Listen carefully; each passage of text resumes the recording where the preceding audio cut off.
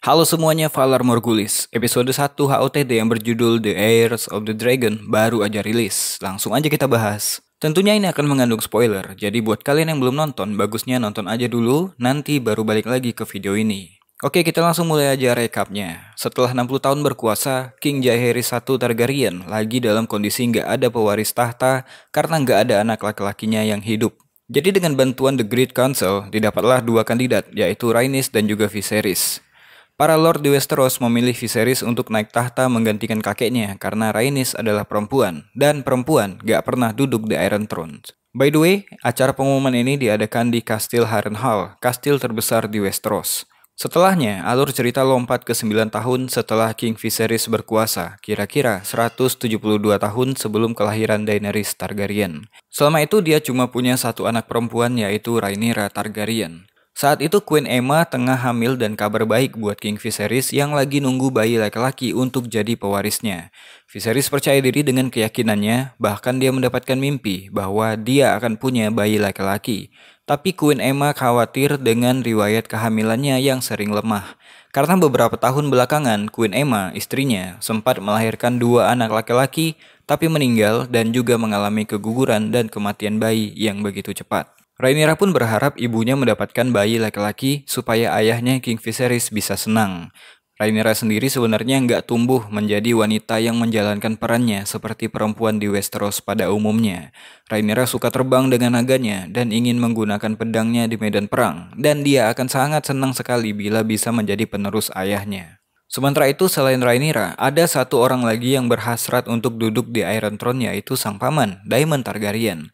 Rhaenyra dan Daemon bertemu di Great Hall di mana Daemon dengan PD-nya duduk di atas Iron Throne.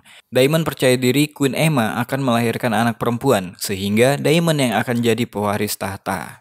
Daemon sangat nyaman duduk di sana, berbeda dengan King Viserys yang sering terluka, bahkan perawat kerajaan harus sampai merawat lukanya yang serius di punggungnya. Kalau di novelnya memang begitu ya, Iron Throne adalah tahta yang paling gak nyaman. Dibuat oleh Aegon Targaryen dengan ribuan pedang yang ditempa oleh api Balerion Sang Naga, dan sering melukai para raja yang duduk di atasnya. Filosofinya memang begitu. A king should never sit easy. Daemon menjadi Lord Commander City Watch. Di bawah kontrolnya para kriminal habis dibantai. Kalian lihat aja di episode pertama, betapa brutalnya mereka menghajar para kriminal sehingga angka kriminal turun drastis. Viserys sebenarnya nggak senang dengan Daemon karena dia nggak pernah pulang ke Runestone, tempat istrinya, yaitu Lady Rhea Royce. Daemon memang nggak cinta sama istrinya itu, makanya dia nggak pernah pulang ke sana. Daemon malah banyak menghabiskan waktunya dengan kekasihnya, yaitu Mysaria. Untuk menyambut bayi King Viserys, turnamen jousting pun diadakan. Ada dua peserta yang disorot, yaitu Daemon Targaryen dan Ser Criston Cole, sisanya sih nggak penting. Sementara itu, Queen Aemma menghadapi persalinan terburuk dalam hidupnya. Posisi bayi yang sungsang membuat para maester mengatakan pada King Viserys bahwa mereka harus memotong rahim untuk mengeluarkan sang bayi. Tapi konsekuensinya, Queen Aemma bisa meninggal, tapi kemungkinan bayinya selamat pun sedikit juga. King Viserys harus bertaruh saat itu, dan dia memilih untuk menyelamatkan bayinya. King Viserys akhirnya merelakan Queen Aemma karena pendarahan yang luar biasa, sementara bayi yang dilahirkan hanya bertahan beberapa jam. Queen Aemma pun meninggal dengan sia-sia. Setelah pemakaman Queen Aemma dan anaknya yang diberi nama Baelon, desas-desus tentang siapa pewaris tahta pun muncul lagi ke permukaan. Karena apa yang dilakukan oleh Daemon pada para kriminal dianggap brutal dan gak mencerminkan sikap calon raja, dia pun gak diperhitungkan oleh anggota konsel. Apalagi Rhaenys Targaryen yang perempuan. Itu membuat Corlys Velaryon, suaminya, sempat kesal. Tapi kandidatnya memang cuma dua, antara Daemon dan Rhaenyra. Pertemuan Small Council itu pun gak memutuskan apa-apa karena King Viserys masih berduka. Sementara itu di lain kesempatan Otto Hightower memanas-manasi King Viserys dengan menyabotase kesempatan Daemon menjadi pewaris tahta. Otto mengatakan Daemon mengadakan pesta di rumah bordil yang baru aja dia beli dan bersulang untuk Baelon, pewaris tahta dalam sehari. King Viserys tentunya marah karena menganggap itu sebagai hinaan. Tapi Daemon membela dirinya dan mengatakan kita berduka dengan cara yang berbeda-beda. Daemon memperparah keadaan dengan mengatakan kalau Viserys adalah raja yang lemah dan gak mau membuat dirinya sebagai The Hand, padahal dia adalah adiknya sendiri. Viserys kemudian mengatakan dia nggak akan menjadikan Daemon pewarisnya dan menyuruhnya untuk pulang ke Runestone. Viserys akhirnya memilih Rhaenyra.